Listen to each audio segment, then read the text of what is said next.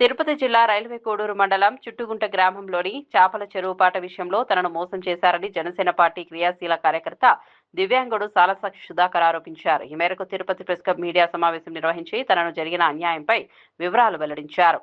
చుట్టుగుంట పంచాయతీ అధ్యక్షుడు తనను మోసం చేసి డబ్బులు తీసుకున్నారని, అనంతరం తాను నష్టపోయేలా చెరువు గేటు తొలగించి చేపలు బయటకు వెళ్లేలా చేశారని ఆరోపించారు. దీంతో తాను తీవ్రంగా నష్టపోయారని సుధాకర్ చెప్పారు.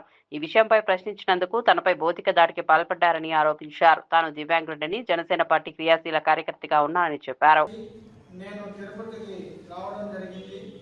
సెప్టెంబర్లో నేను తిరుపతిలో వచ్చి కరకంబాడి ఫ్లాట్లో నేను కాపురం ఉన్నాను. జనవరి 1వ తారీఖు చెట్టుగుట్ట గ్రామానికి వెళ్ళి ఆ అమౌంట్ కట్టి ఆ చెరువు తీసుకోవడం జరిగింది. ఆ చెరువు తీసుకున్నాక ఈ సర్పంచ్కి అన్ని విషయాలు చెప్పి నేను ముందుగా జనవరి 8వ తారీఖు పిల్లలు వదలడం జరిగింది. అప్పటి నుంచి నాకు జనవరి 5 తర్వాత ఫిబ్రవరి నుంచి టార్చర్ పెట్టడం మొదలుపెట్టారు. ఆ నీలకంఠయ్య రుచి కలపడం, ఆ జనాలు పంపించడం, ఆ గేట్లు ఎత్తించడం, ఆ మెస్సలు పెరిగించడం, వల లేపించడం, ఇవన్నీ కూడా ఈ ముగ్గురు వ్యక్తులు చేశారు. ఒక్క రూపాయి కూడా నేను పెట్టలేదు. కనీసం నేను బంగారు కానీ అన్నీ కానీ దగ్గర 8 లక్షల రూపాయలు నేను అప్పు తెచ్చి పెట్టాను.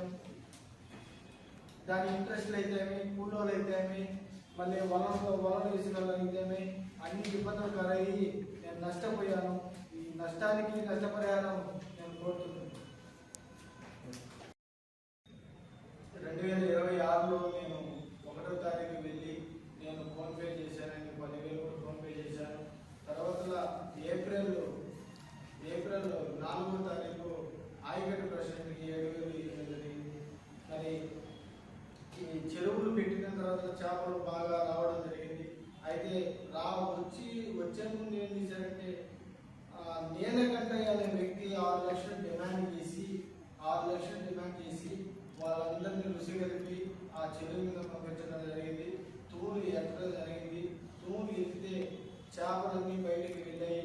ఇప్పుడు నాకు 15 లక్షల నష్టం జరిగింది. ఆ చెరువు మీద 15 లక్షల నష్టం జరిగింది. నాకు నాతోని నా ఫ్రెండ్స్ దివ్యాంగులు నాకు సహాయం చేశారు. మరి ఆ సహాయము వాళ్ళకి వడ్డీ రూపంలో నేను కడుతూ ఉన్నాను. మరి వాళ్ళు మొన్న ఎస్పీ కాడికి వెళ్తే మరి ఒక 10 మంది వ్యక్తులు వెళ్ళి నా మీద కేసు బగాయించడం జరిగింది. మరి రేణుగుంట పోలీస్ స్టేషన్కి వెళ్ళాను. అక్కడికి వెళ్ళిన తర్వాత ఎస్ఐ గారు అన్నారు, అయ్యా నువ్వు 1 మంత్లో నువ్వు ఆయనకి తిరిగి ఇవ్వాలా అన్నారు. మరి ఈ చంద్రశేఖర్ అనే వ్యక్తికి నేను ఫోన్ చేస్తున్నా కూడా లిఫ్ట్ చేయడు. కానీ ఫోన్ చేసి ఒకరోజు చెప్తాడు, 2 రోజుల తర్వాత అయిపోతుంది, 1 రోజు తర్వాత ఇస్తామంటున్నాడు. మరి ఏది కరెక్ట్గా ఇన్ఫర్మేషన్ చెప్పలేదు. అయితే నేను అక్కడ ఉన్న పెద్దవాళ్ళకు కూడా చెప్పడం జరిగింది, అయ్యా నువ్వు ప్రెస్ మీట్ పెట్టేసి నువ్వు చెప్పాల్సి. మరి అదేవిధంగా